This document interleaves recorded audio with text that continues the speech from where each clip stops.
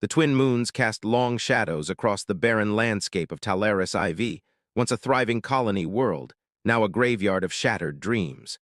Thella pressed her child Cairo closer to her chest, feeling the alarming lightness of his small frame. The luminescent markings along her azure skin had dulled, a sign of malnutrition among her kind, the Noxvarians. "Stay strong, little one," she whispered, her normally melodic voice cracking with dehydration. "Mother will find food." The war between the Consortium and the Alliance had reduced this planet to rubble, leaving civilian colonists to fend for themselves.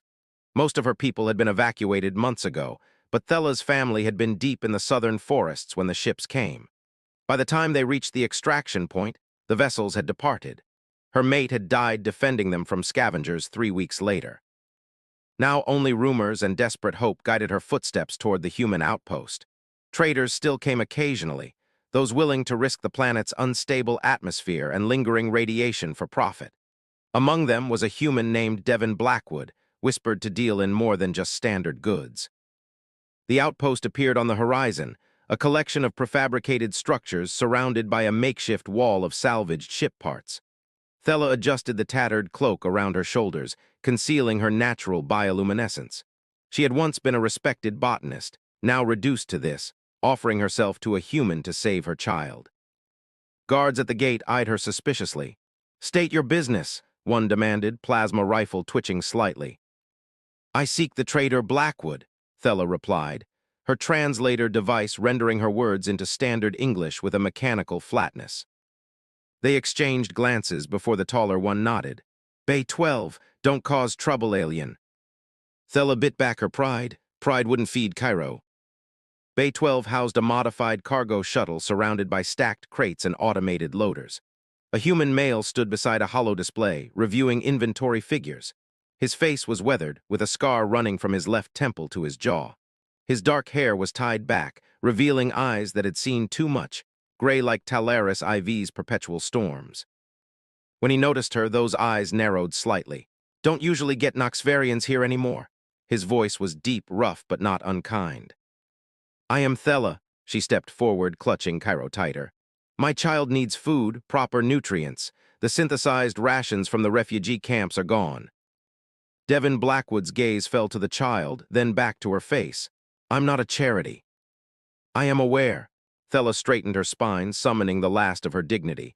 "I have nothing to trade except—" She hesitated, the words like acid in her mouth. "Except myself, one night, in exchange for food and supplements for my child." Silence stretched between them. Thella expected disgust, or worse, eager acceptance. Instead, Devin's expression shifted to something unreadable. "Wait here," he said finally, turning away. Thella's heart sank. Had she miscalculated? Would he call security? She prepared to run, though her weakened state would not take her far. But when Devin returned, he carried a crate of supplies, nutrient packs, fruit, and a small medkit. He set it before her without ceremony. "Feed your child," he said gruffly. "There's a shelter attached to my bay. You can stay there tonight." "And what do you expect in return?" Thella asked cautiously. Devin's jaw tightened. "Nothing. I don't trade in people, not even willing ones." As he turned back to his inventory, Thella stood frozen, the crate of life-saving supplies at her feet and unexpected tears blurring her vision. Thella awoke to the sound of Cairo's improved breathing. The shelter was sparse but clean, a small sleeping alcove, sanitation unit, and basic cooking station. She hadn't slept in a real bed since before the evacuation ships left. For the first time in months, her child had a full stomach. Outside, the morning brought Talaris IV's characteristic ash-colored sky. Thella found Devin inspecting a damaged hover transport, his hands blackened with engine grease. "The nutrient supplements worked quickly," she said, standing at a cautious distance. "I thank you." Devin glanced up, then returned to his work. "Kids shouldn't suffer because of adults' wars." "Why help us?" Thella's translator couldn't quite convey the complex emotional undertones of her native language. "You gain nothing." "Maybe I don't need to gain something." He tightened a bolt with more force than necessary. "You planning to move on today?" The question struck fear through Thella. Where would they go? The refugee camps were overcrowded death traps, and the wilderness was no place for a weakened child. "We have nowhere," she admitted. Devin wiped his hands on a rag. I could use help around here. Trading post this size needs more than one person to run it. He pointed to a stack of crates. Those need inventorying. You do that, you and the kid can stay another night, get another meal. Thella's pride warred with practicality. Among her people, accepting charity without reciprocity was shameful, but this was different. He was offering work. I accept, she said. Days turned into a week. Thella proved herself efficient with inventory systems, and her knowledge of native Talarian plants helped Devon identify valuable medicinal specimens among what most dismissed as weeds. Cairo grew stronger daily, his luminescent patterns brightening to a healthy azure. One evening, as Thella organized a shipment of medical supplies, a group of rough-looking humans entered the trading post. Their leader, a tall man with cybernetic augmentations visible at his temples, approached Devon. Blackwood, he drawled, heard you've got alien company these days. My business, Harker. Devon's posture shifted subtly, placing himself between the newcomers and Thella. Everything on this rock is our business, Harker countered, especially exotic merchandise. Thella froze, suddenly understanding what merchandise meant. She slipped behind a storage container, reaching for Cairo, who played nearby. She's not merchandise, Devon's voice hardened. She works for me, protected by my operations charter. Harker laughed. Since when does Blackwood care about an alien? Since now, Devon's hand moved to the blaster at his hip. We done here. The tension stretched until Harker shrugged. For now, but think about it, we'd pay well. Times are tough, sentimentality's expensive. After they left, Thella emerged from hiding. Cairo clutched protectively to her chest. You protected us, she said quietly. Devon's jaw worked as he secured the trading post's entrance. Those men, they're raiders, predators. They come through every few weeks looking for salvage or worse. Why remain on this planet? Thella asked.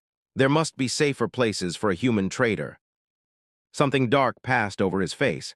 Some of us don't deserve safer places. That night when Cairo was asleep, Thella found Devon on the small observation deck, staring at the twin moons. Without speaking, she sat beside him, her natural bioluminescence casting gentle blue patterns across the metal flooring. Your markings, he said after a long silence, they're brighter now. They reflect health, emotion, connection. Thella hesitated. Among my people, it is said that light reveals truth even in darkness. When his hand moved closer to hers on the bench between them, neither acknowledged it, but neither moved away. Morning sunlight filtered through the atmospheric processors, casting dappled shadows across Devon's trading post. Thella worked methodically, categorizing specimens of a fungus native to Talaris IV's northern continent, potentially valuable for its antibiotic properties. You have knowledge of xenobotany, Devon observed, watching her work. I was a researcher, Thella replied. Before the war, I studied plant adaptation to hostile environments. She indicated the fungus. Life finds ways to persist, even here. Devon's expression softened. Your people, where are they now? Most evacuated to the Noxverian homeworld or allied planets. Some joined the Alliance military. Thella's markings dimmed slightly. My family's compound was in the remote highlands. We missed the evacuation. And your mate died defending us from scavengers. Her voice remained steady, but her luminescent patterns shifted to deeper blues. He was a musician, not a warrior, but he fought so Cairo and I could escape. Devon nodded, understanding etched in the lines of his face. They worked in companionable silence until Cairo bounded in, his small form now vibrant with health, chasing after a makeshift toy Devon had fashioned from spare parts. You're good with him, Thella observed. Had a brother once, much younger. Devon didn't elaborate further. That evening, a dust storm descended, forcing them to seal the outpost. Confined together in the main living area, Devon uncorked a bottle of amber liquid. Terran whiskey, he explained, pouring a small measure. Probably tastes terrible to you. Thella accepted the glass, curious. Why did you leave Earth? Devon's gaze fixed on something distant. Earth didn't want me anymore. After the Proxima campaign, a lot of us couldn't readjust. You were a soldier. Special operations, infiltration specialist. The words came reluctantly. Did things I can't take back. When the war ended, they gave us medals and discharge papers. Some went home. Some of us knew we couldn't. So you chose exile. I chose somewhere I might do less harm, he drank deeply. Maybe even some good. The admission hung between them. Thela noticed a small electronic device on his wrist, standard military neural suppressor, designed to manage combat trauma. We have a saying, she offered quietly. The deepest wounds are those we cannot see, yet they are most in need of light. Devin's laugh was hollow. Your people sound wise. Not wise enough to avoid war. Thela's markings pulsed softly. Perhaps that is universal. The storm howled outside, but inside something shifted. Thela found herself explaining Noxvarian customs, their communal living structures, their reverence for knowledge. Devin spoke of Earth's oceans, mountains he'd climbed before joining the military, his brother's talent for drawing. When the power fluctuated, Thela's natural bioluminescence brightened instinctively, casting the room in a gentle blue glow. Devin watched, transfixed.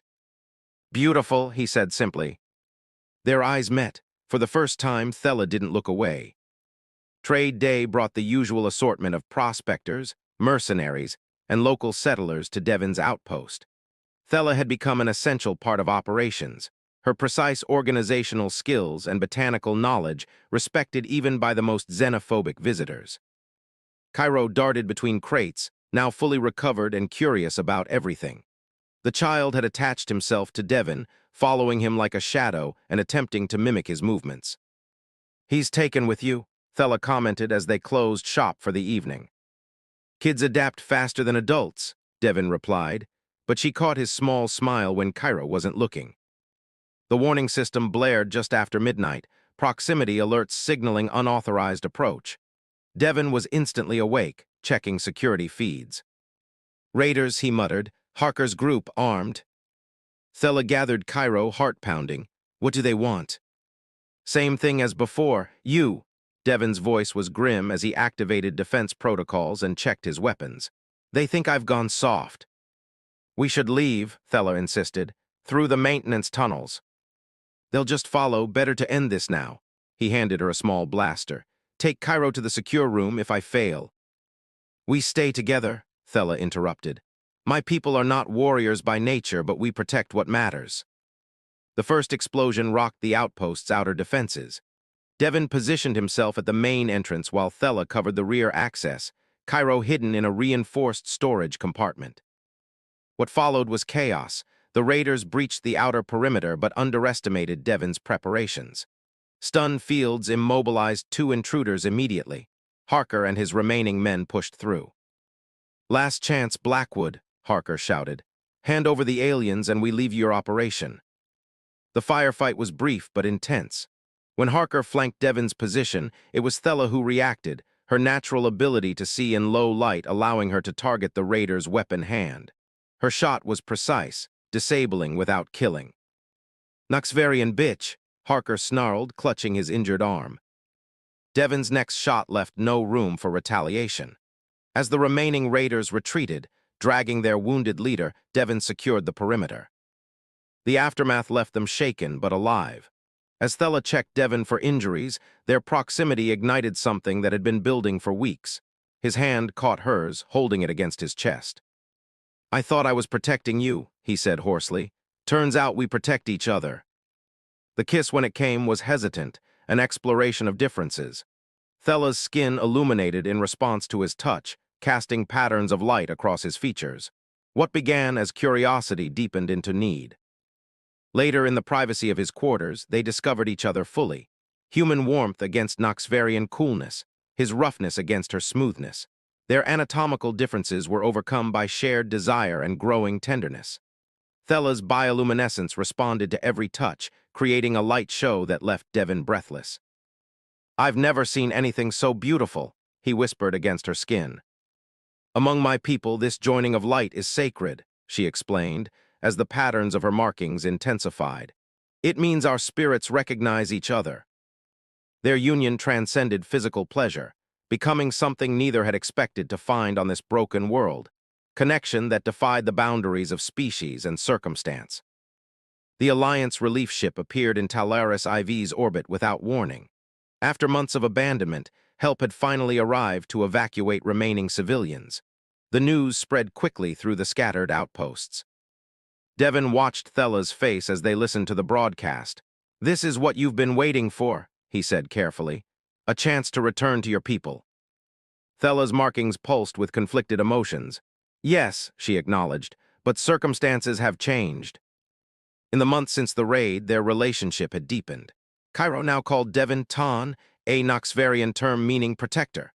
They had created something unexpected amid the ruins of war, a family forged by choice rather than blood. "You should go," Devin said, though his expression betrayed his true feelings. "Cairo deserves to know his heritage, to grow up among your kind." "And what about what you deserve?" Thella challenged. "Endless exile, solitude as penance for past actions." The questions hung between them as they prepared for the journey to the evacuation point. Thella packed their few possessions while Devin arranged transport, both avoiding the conversation they needed to have. At the outpost's edge, Devin knelt before Cairo. "Remember what I taught you about engine maintenance?" he asked, voice rough with emotion. "Always check pressure seals first," Cairo replied solemnly, his small luminescent markings dimming with sadness. "Smart kid," Devin ruffled the child's feathery crest. "You'll make a fine engineer someday." As they loaded the hover transport, Thella finally spoke. "Come with us." Devin froze. "To a Noxvarian colony, I'd be the alien there." "As I was here," she countered, "yet you made space for me, for us." "It's not that simple." "It never is." Thella stepped closer. "But there are mixed settlements now, border worlds where alliance species coexist, places that need skilled traders, engineers, and botanists." Hope, dangerous and fragile, flickered across his features. "Your people." "My people are here," she interrupted, taking his hand and placing it over her abdomen, where a slight swell had begun to form. "Noxvarian human reproduction is rare, but not impossible. Our child will need both heritages." Stunned, Devin stared at where his hand rested. "How long have you known?" "Since the light joining. Our physiologies are different but compatible in ways scientists never fully mapped." Her markings pulsed with bright, joyful patterns. "Life finds ways to persist, remember." As the twin moons rose over Talaris IV's horizon, Devin made his decision. The trading post was sealed, essentials packed. Not an ending, but a beginning. At the evacuation point, humans and aliens alike stared at the unusual family. A human man, a Noxvarian woman, their child, and the promise of another. But when the ship's captain questioned their arrangement, Devin's answer was simple. "We're together. Where she goes, I go." The settlement they chose was called New Dawn, a fitting name for their fresh start. Here, on this world of multiple suns, Thella's bioluminescence was not just accepted, but admired. Devin's skills found purpose in building rather than destruction. And when their daughter was born, a perfect blend of both species with luminescent patterns that responded to her father's touch, they named her Aurora. Light after darkness, hope after despair. In a universe torn apart by differences, they had found strength in them.